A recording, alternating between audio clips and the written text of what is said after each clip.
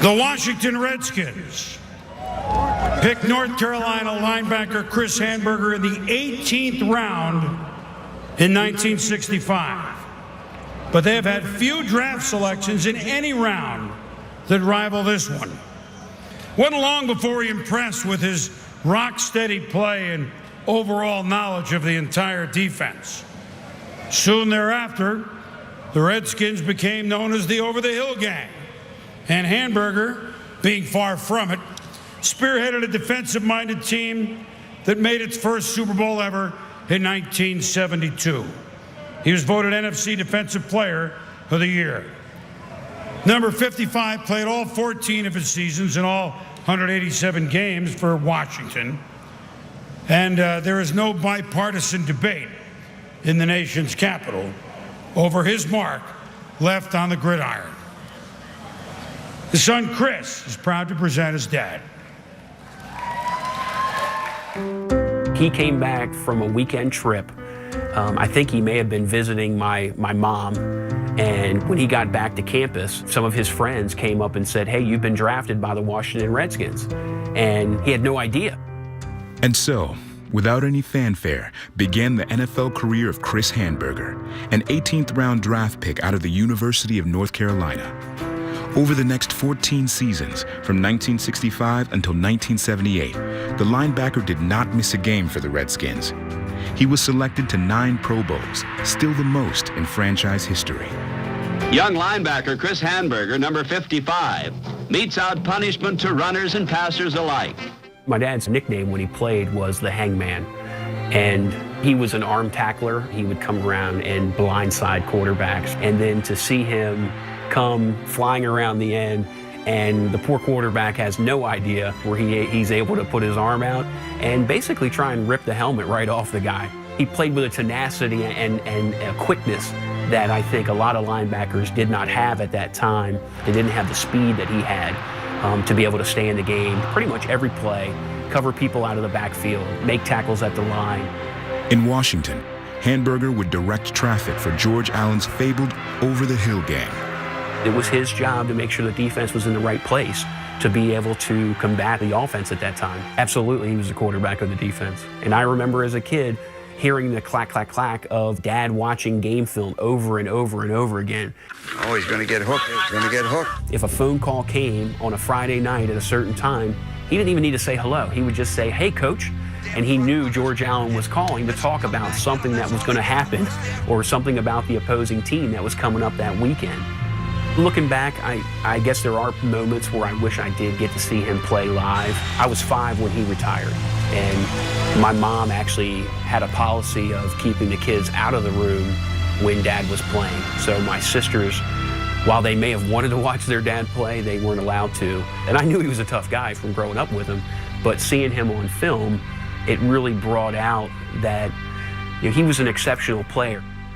For this performance, the son is center stage with his father. I don't think I could be any happier. I hope it shows. I mean, this is a great day. I've always known, and my sisters, Jay and Kelly, and my mom, we've always appreciated what my dad accomplished on the football field. We've always said, Dad's a Hall of Fame dad. Now he gets to be appreciated for being a Hall of Fame football player as well. And now we get to tell everybody about how great he was. Dad, you make me incredibly proud to be your son. I don't know if words can put into account of how much I love my father. He is a great man. He is a great person. He has taught me things and shown me a path for life that is just one of character and discipline and doing the right things and working hard. And those are qualities that everybody should know and everybody should have, and they're so basic. They're the blocking and tackling of life. I am honored to present my father, Chris Hanburger, for enshrinement into the Pro Football Hall of Fame.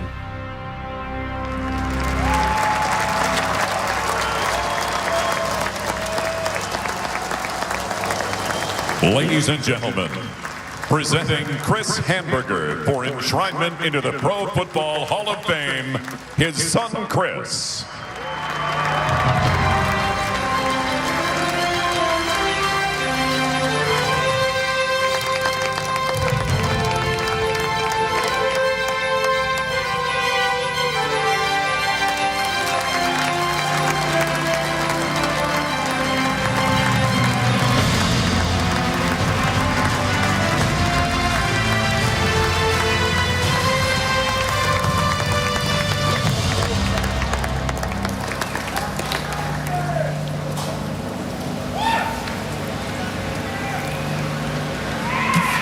I tell you one thing, I brought that boy up right, that's for sure. Before I get started, it's hard for me to see at my age up close or far away, but there are some guys that I played with out there. I think I could see one of them because he's got a full head of gray hair that attracted my attention. That's Billy Kilmer.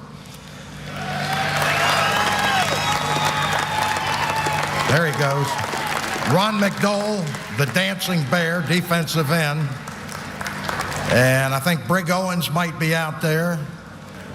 There he is. And I'm not sure about Pat Fisher. I think Pat was coming. And Larry Brown, I don't know if he made, there he is. Thank you, guys.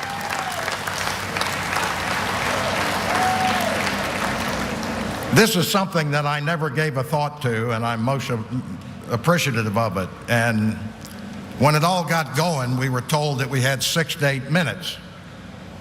And I don't think anybody's going to tell Richard Dent not to exceed that. But I got to thinking about this when I realized where my finances were, bringing my children, their families, my grandkids, and everybody else up here. And I thought, well, you know what? I think I'll try to sell some of my time. I knew Richard Dent was out because if I upset him, I was dead. Marshall Faulk was out because he walks around with his phone texting and twittering and whatever else all day long. And I realized that there were 2 other guys that do a lot of talking on TV and everything else.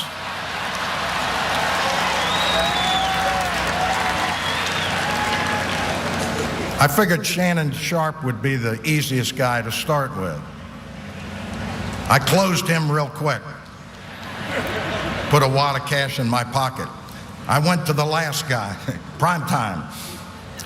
He told me I had to go talk to his agent. And I told him I don't talk to agents.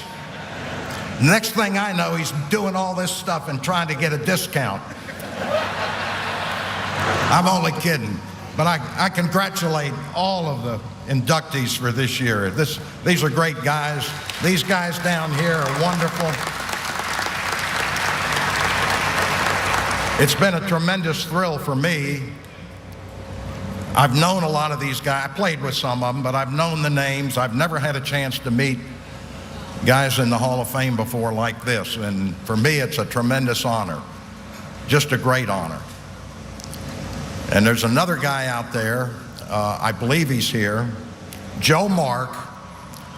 I don't know where you are, Joe, but if you're out there, please stand. There he is.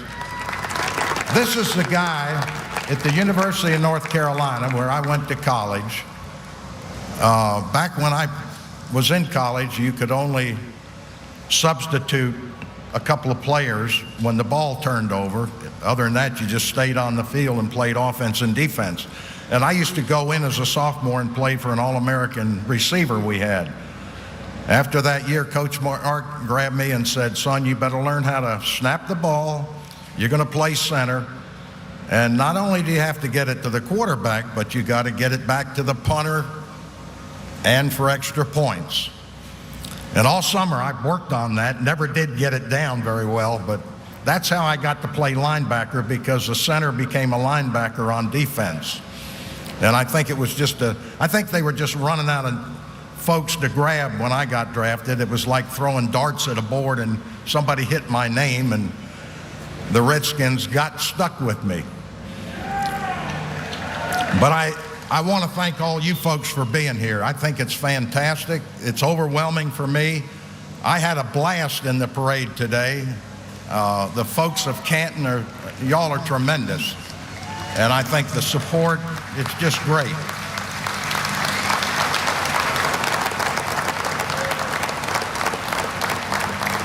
I thank all the volunteers. For those of you that don't know, there's over 4,000 people that volunteer their time to help put this whole week together for all of us. And I thank them. I thank the folks from the Hall of Fame itself. They've been most helpful for all of us. I know it's been very confusing for me, and I'll be honest with you, I've tried to stay out of it. I dump it on everybody else.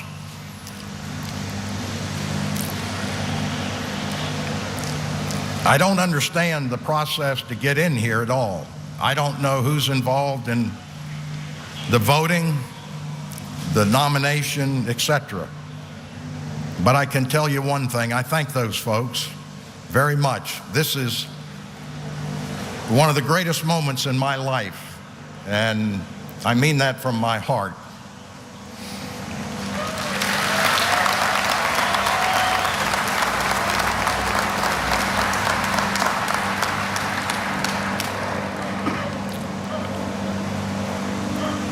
And I will tell you that I respect this so much, because when I think that there were so many players that played before I did, there are men that I played with and against, and there's guys playing now. And unfortunately, nominations aren't going to come their way. An election is not going to come their way. But it's a system. And it is what it is. And that's why I'm just so fortunate. And it's not so much what I did by any means. I look at it as what the people around me did on the field that let me kind of try to be somewhat of a loose cannon out there, or just run around like a chicken with his head cut off, not knowing exactly what I was doing. And I don't think folks here that are Hall of Famers are sitting here. I don't consider myself a true Hall of Famer. And I say that because to me, and I'm an Army brat, I spent 2 years in the Army right out of high school before I went to college. And to me, the real Hall of Fame people are all the men and women of our armed forces,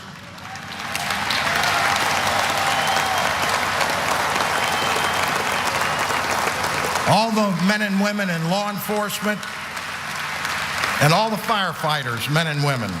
These people, to me, go over and beyond making a tackle or a blitz or doing anything, completing a pass. They're wonderful people. And I just ask you, when you get a chance, just thank them. 2 words, thank you. That means the world to them. And I appreciate so much my family. You've met my son. I have 2 daughters and my wife Evelyn out there. They keep wanting me to smile more. They keep wanting me to change. All I can tell you, it isn't going to happen. I am what I am, and nothing's changing. But I tell you what, I am just overwhelmed by this. It's just a great time in my life. People ask me, what's the greatest thing before this happened? And I would say getting elected to the first Pro Bowl, because back then, the people you played against voted you in. And to me, that was just the ultimate honor. But this takes the cake, folks, and thank you all so much for being here. Again, thank you. It's the greatest thing in my life right now.